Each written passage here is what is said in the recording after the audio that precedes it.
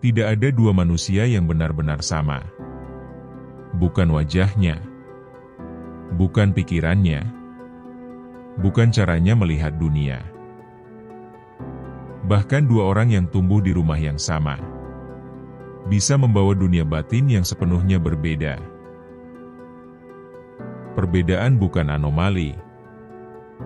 Ia adalah kondisi dasar manusia. Sejak awal sejarah, manusia hidup dalam perbedaan. Bahasa, kebiasaan, dan cara bertahan hidup. Perbedaan membuat kelompok manusia menyebar, beradaptasi, dan bertahan lebih lama. Tapi di saat yang sama, perbedaan juga melahirkan konflik. Karena otak manusia punya kecenderungan sederhana, mencari kesamaan untuk merasa aman, dan mencurigai yang berbeda.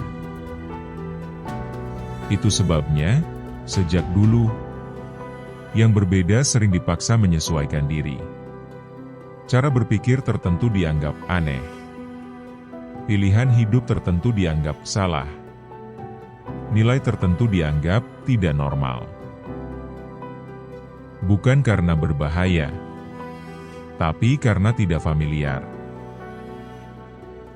Pelan-pelan, perbedaan tidak lagi dilihat sebagai variasi, melainkan sebagai ancaman. Padahal, tanpa perbedaan, tidak ada perkembangan. Ilmu pengetahuan lahir dari orang-orang yang berpikir tidak sama dengan zamannya. Budaya tumbuh dari pertemuan. Cara hidup yang berbeda. Kemajuan muncul bukan dari keseragaman, tapi dari gesekan. Masalahnya, manusia sering ingin hasil dari perbedaan, tanpa mau menghadapi prosesnya. Kita ingin inovasi, tapi tidak suka orang yang berpikir beda. Kita ingin sudut pandang baru, tapi cepat tersinggung saat pandangan kita diganggu. Kita memuji keberagaman di kata-kata, tapi menuntut kesamaan dalam praktik. Disinilah kontradiksi manusia muncul. Banyak orang berkata, setiap orang berhak berbeda. Tapi yang mereka maksud seringkali adalah, berbeda, selama masih nyaman buat saya. Begitu perbedaan mulai mengganggu keyakinan, ego, atau posisi, toleransi langsung diuji. Karena menerima perbedaan bukan soal sopan santun, ia soal kedewasaan berpikir. Perbedaan memaksa kita mengakui satu hal yang tidak enak, bahwa sudut pandang kita bukan satu-satunya cara melihat dunia. Dan itu berat bagi ego. Itulah sebabnya banyak orang lebih memilih menyeragamkan daripada memahami. Menempelkan label lebih mudah daripada mendengarkan. Menghakimi lebih cepat daripada berpikir. Padahal perbedaan tidak meminta disepakati. Ia hanya meminta diakui. Kamu tidak harus setuju dengan semua orang.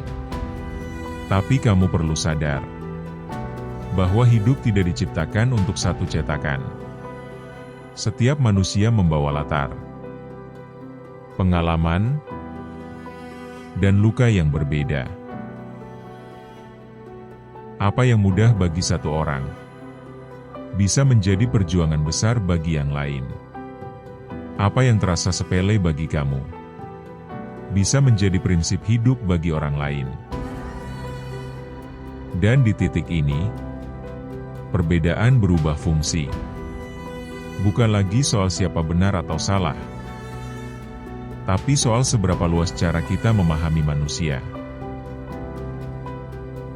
Dunia yang memaksakan keseragaman mungkin terlihat rapi, tapi dunia seperti itu tidak pernah tumbuh.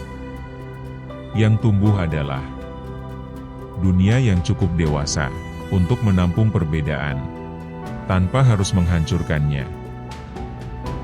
Dan mungkin, ujian terbesar manusia bukan tentang siapa yang paling benar, melainkan siapa yang cukup tenang untuk hidup berdampingan dengan sesuatu yang tidak ia pahami sepenuhnya.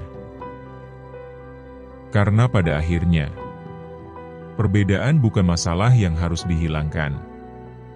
Ia adalah kenyataan yang harus dihadapi. Dan cara kita menghadapi perbedaan akan selalu menunjukkan seberapa matang kita sebagai manusia. Perbedaan tidak menghancurkan dunia. Cara manusia menyikapinya yang sering menghancurkan.